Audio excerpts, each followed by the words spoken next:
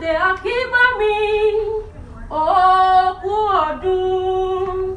Olúwadámiláre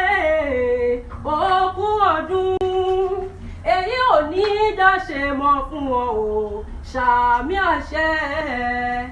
èyí ò ní dáṣe mọ́ fún ọ o ṣàmì àṣẹ. Sunday Akinbami òkú ọdún ó máa kú ọdún òkú ìyèdùn èyí ò ní dáṣe mọ́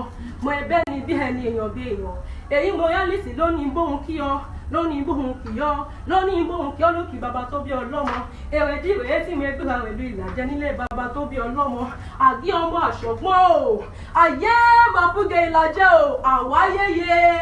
alágbálúgbó omi ìlàjẹ mú ṣèyẹ nílé tí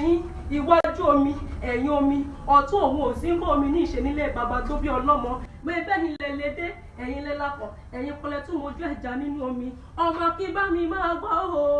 mẹ́bí ọlọ́mọ ìlàjẹ ògbóhùn mú ní ọmọ agbẹ́nà ọkọ̀ ẹgbà ṣègbóhùn ni wọ́n pè yín òhò nílé bàbá tó bí ọlọ́mọ ìwọ ti wá ṣọdún èyí ná ọdún tó ń bọ̀ abọ́ nínú ọlọ́lá nínú ẹ̀kú tí ń ṣe báàlì ọ̀rọ̀ èyí ò ní dáṣemọ́ láṣẹ elédùn ọba tó ní o máa bẹ ìwà gbogbológbó ti rí gbó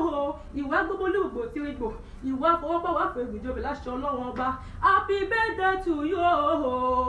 happy birthday Mr. Sunday Akinbami. You will live long to fulfill destiny in life. You will celebrate many more in good health and wealth. Ìwọ ṣe 50 láyé ìwọ ṣe 80 láṣẹ ọlọ́run olódùmarè ọba wàá ṣe 100 láṣẹ ọlọ́run ọba mi ò ní fẹlẹ́ yìí ṣàṣemọ́ láṣẹ ọlọ́run ọba tó bá ń ta ní akéwì yìí jọ̀wọ́ bá mi sọ fún ọ pé ẹ̀rí àwòye Jésù ni èmi lọ́mọ onílé ọyẹ́ ọmọ ayé tí odò èmi lọ́mọ sáwọ́ ọgbẹ́ kí ẹ̀rọ jòjòyè ọmọ adélé ọlá